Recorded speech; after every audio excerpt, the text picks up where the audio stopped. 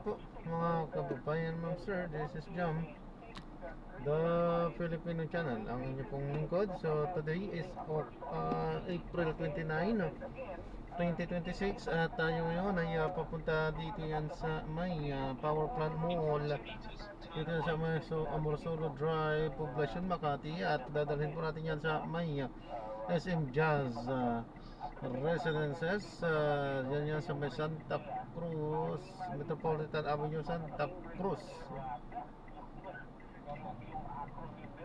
Makati. Okay, magbabalik po tayo mamaya konti po pag nakuha na po natin sila display more lamang kung content po natin ay kalsada at hindi ang passenger, kaya nga naman 8:35. Saka sakali man po na may marinig kayo mga pangalan ng lugar, pangalan ng tao, pangalan ng organizations, government or private man yan, ay wala pong kinalaman ang channel na ito. At wala pong pinapatungkulan. Lahat po ng pinag-uusapan dito ay pawang dito lamang po yan sa loob at wala pong pinapatungkulan sa labas.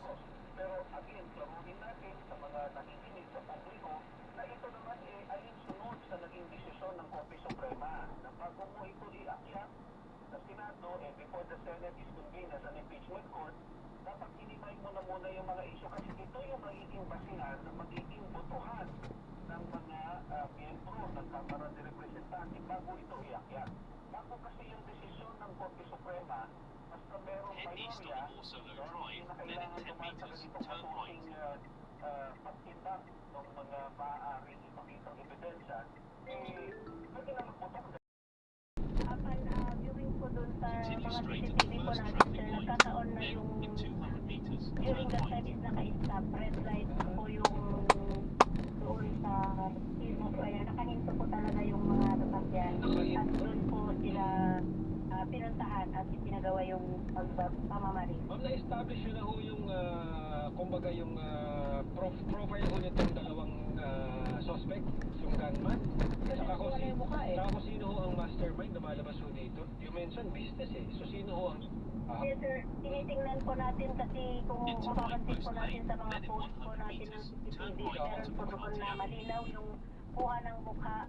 So yun po ngayon ang bine-verify po natin dahil kita naman po yung kanilang mga mukha.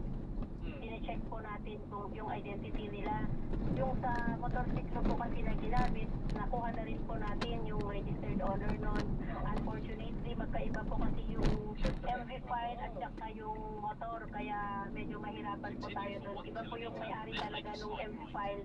Meron po siyang sariling motor at nakakabit doon yung MV file niya. So lumalabas po na itong MV file na gamit dito sa motor na iniwan nila is peke po. Hindi po yun yung talagang MV file. Itong gamit nilang motor. Sa investigation po ninyo, understand ongoing, pero may nakausap ba kayo makakilala, pamilya itong mga biktima na posibleng nakareceive na sila before pa na mga banta sa kanilang buhay bago mangyari itong insidente na ito? Yes, so, sa ngayon po, wala pa pong info regarding po dyan kung may mga banta. Patuloy pa pong tinitingnan yung regarding po dyan kasi naka-focus po tayo ngayon sa iba pang mga kung paano natin makikilala po itong mga gunman, itong dalawang suspect na nakita po natin sa CCTV. Oo, Major, guidance na lang ho ni General Silvio, maging at siguro apela ho ng QCPD sa publiko, baka ho may nakakakilala doon sa mga gunman dahil naka-flash na sa social media, di ba? Baka ho may nakakakilala. Go ahead mo, Major. Yes, sir po. Ang direktiba po ng ating District Director, Police Brigadier General Randy Silvio sa ating mga kapulisan, lalo sa ating mga operatiba, is paigtingin yung pag-iimbestiga para po maibigay kaagad, mahuli, ma-identify at mahuli itong mga suspect na ito. And yun nga po, humihingi na rin po kami ng tulong doon po sa lahat kung sino po ang makakilala dahil na-post na po natin yung mukha, baka madaanan po nila or makita or dun man po sa mga naging katabi nila doon sa sasakyan kasi after po nila naiwan yung motor or is sumakay po sila ng tricycle and nag-jeep po sila papuntang Litex. So kung sino man po sana yung nakakilala, maaaring makipag-coordinate po sila sa atin sa QCPD or tumawag po sa QC Helpline 122 para po sa mga information na maaaring makatulong po para ma-identify itong mga asalarin dito sa insidente na ito. Very personal. Maraming salamat po, Police Major Jennifer Ganaban, ang hepe po ng PIO ng QCPD. Salamat po, Major. Salamat. Pag-ingat po palagi. Thank you, ma'am. TTTZMM, numero 1 sa aksyon. Hoy ha, baka kalat naman na sa social media. Partner. Eh baka ho nakita nyo na, hindi nyo naman ho kinakailangang komprontahin. Itawag nyo lang, di ba? Yes. Halimbawa ikaw, Dax, makatabi mo, di ba? Yung gunman o yung kasabwat, nakita mo na sa social media, hindi mo naman kailangang komprontahin eh, di ba? Tawag ka. Ito, nakita ko, dito ako bumaba, dito sa lokasyon na to, dito ko nakita. Baka lang ho makatulong, di ba? Para mabigyan nyo ng lead ang Tama. Or kahit minsan sa mga kaanak, partner, pamilya. Kung alam niyo po, kung nakita niyo yung mga itsura, eh kung alam niyo na po, sigurado kayo na kaanak niyo yun, eh kayo na ho ang kumbinse na sumuko sa mga otoridad, di ba? Saka partner, nandun pa lang tayo sa gunman, saka dun sa Wala pa yung driver, utak. wala pa yung mastermind. Bubuin ng QCPD yan sa mga coming days. Correct. Backtracking, tsaka forward tracking yan eh. Kailangan makita yung pinanggalingan, tsaka yung kung saan sila papunta. Doon yun, di ba? Anyway, wala na po tayong oras.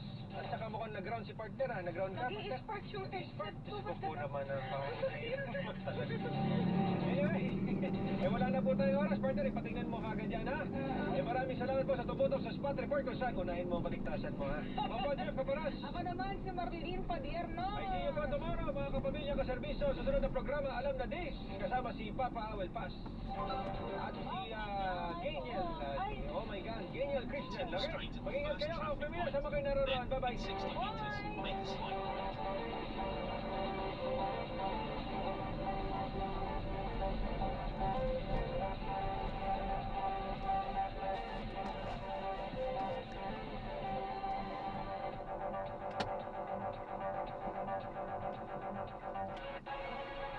Kasama sina Jeff Caparas at Marlene Padierno.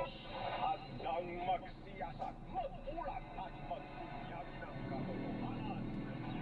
Spot Report! Head south in straight in the first traffic light. Then, in 60 meters, make a slight right. In 50 meters, make a slight right. Then in 40 meters, you'll arrive at your destination.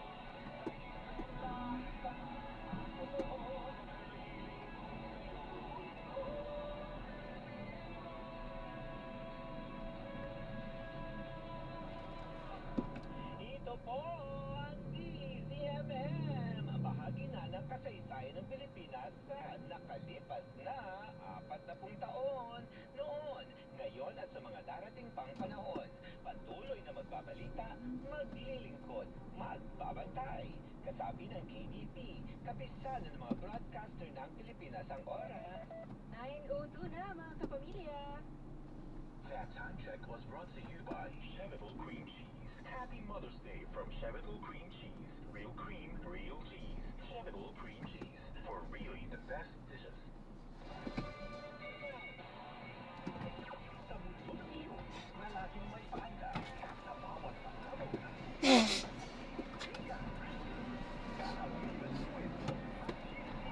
Arrived at your destination. nagsabi, sure na! Sure na! Alam na! Alam na! Mainit na issue. Business na siya. At lahat ng ganap sa mundo ng mga artista. Covered lahat yan ni na Papa Act, Awel Paz, at Mama Jaiho. Oh, alam ko na! Alam ko na! Na-drop na natin sila. Hindi tayo nakapag-play. Maraming salamat po sa panonood. Hanggang sa muli po, ingat. God bless. Paano po muna pansamantala tayo ay gagawa na ng ibang video sa ating susunod na mission. Paano po?